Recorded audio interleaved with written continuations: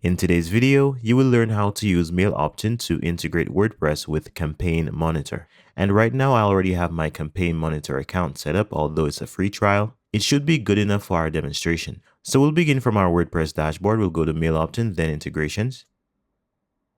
And here we just want to find Campaign Monitor on the left. Once we're in the tab, we'll click on Authorize to connect it. And then we'll be taken to this page where we'll need to enter our credentials in order to sign in. Alright, so once we have signed in, all we need to do is allow access, and we'll see that we have successfully connected Campaign Monitor. Okay, so we can now go ahead and test out our connection by creating a new opt-in.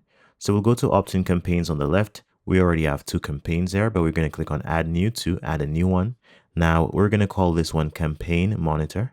Now we need to select a template. I'm going to use the first one, and now we'll be taken to the opt-in builder. So here we can see a preview of our opt-in on the right, and we have our settings on the left. If we go to the design tab, we'll see options to change our opt-ins width and add a display effect. We can also change our colors and add custom CSS. Now moving on to the additional tabs, we have the headline. Here, for example, we can choose to hide our headline with this toggle switch. We can edit the header text, change the color, and customize the font details. And by the way, we can click on the elements in the preview to open their customization options on the left. So here's the description, which is similar to the heading, and here we have our input fields. Okay, so let's focus on this one for a bit. And on the left, we can see the first option is use custom HTML, which gives us this field to add our custom code. And there's also an option here to display only a call to action button. And if we look at the preview, we'll see no fields. We just have a call to action button, which we can customize right here. If you really want to use input fields, you can turn this option off. We'll get the input fields back, and then we can go ahead and customize them. So as an example, we can hide our input fields with this toggle switch. We can enter a title, customize the colors and font, and also make the field required if we need to. Now, the same can be done for our email field, except it cannot be hidden and it's required by default. Now, if you want to add a custom field, you can always click on this Add Custom Field button, and then you'll just need to provide a title, the type, and customize your colors and font. And of course, you can always make it required if needed. You can also click on this Delete button if you no longer need your custom field. Alright, so moving on, we have an option to customize our submit button. We can customize the label and button color, which is basically the text color, as well as the button background color, which I'm going to demonstrate right now. I'll just make this red. You can also choose a custom font and add a custom URL. Alright, now if we go back, we can move on to our configuration tab. And here we have an option to hide our close button, which is the X on our pop-up. By default, we're closing the overlay on click, but you can always turn this off. We can also play a sound effect when our opt-in is displayed, and we have options to customize our cookie durations. Now, the final option lets you remove or show Mail Opt-in's branding. Alright, so now we're going to move on to the next tab, which is integrations, and here we have an option to keep all of our leads inside of Mail Opt-in's lead bank, or we can connect a new integration, which in our case is Campaign Monitor. We'll need to select an email list, which in our case is My First List. This is our default list from Campaign Monitor.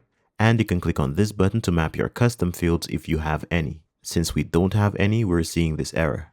Okay, so we can close this and go back to our main menu to move on to the next tab, which is after conversion. And here we can use these options to determine what happens after a lead signs up. By default, we're displaying a success message, and we can also configure an autoresponder. Now I'm going to go back to move on to the final tab, which is display rules. And this is where we'll configure our targeting options. So what we're going to do here is set a trigger for our opt-in. And for this example, I think we can use after X seconds. So let's make our opt-in show up after about 4 or 5 seconds. We can keep it as 4. Now we'll activate the rule and we'll go back. And I think our configuration is complete. So let's go ahead and turn on our opt-in. We'll toggle this switch and save our changes. And now we can go ahead and test our website to see if this actually works. So I've opened our website in a new tab, and if I go ahead and open this tab, we're going to see the opt-in, which I'm going to fill out quickly. Once it's filled, we'll click on subscribe. Here's our success message. And now if we go to Campaign Monitor, then lists and subscribers, we'll go to our default email list, which is My First List. And here we are going to see the lead details that we just entered. The name's Simon Smith.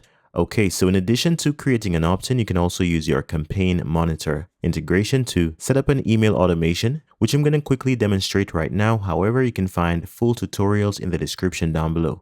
So on the left-hand side, we'll go to Emails, And on the next page, we'll click on Add New to add a new email. Here we'll choose Email Automation. Now we'll need to add a title and select the type. We can either have a new post notification automation, which sends an email to your leads whenever a new post is published, or post email digest, which is a roundup of your latest posts. So we're going to go with new post notification and choose a template. And in our email builder, we'll see a preview of our email on the right with our settings on the left. If we go to our settings and scroll all the way down, if we look at the recipient section, we'll see an option to add a new connection, which is where we can select our campaign monitor integration. Okay, so once again, we have full tutorials on this in the description down below. So now you know how to integrate WordPress with Campaign Monitor using Mail Opt-in. Thanks for watching and see you next time.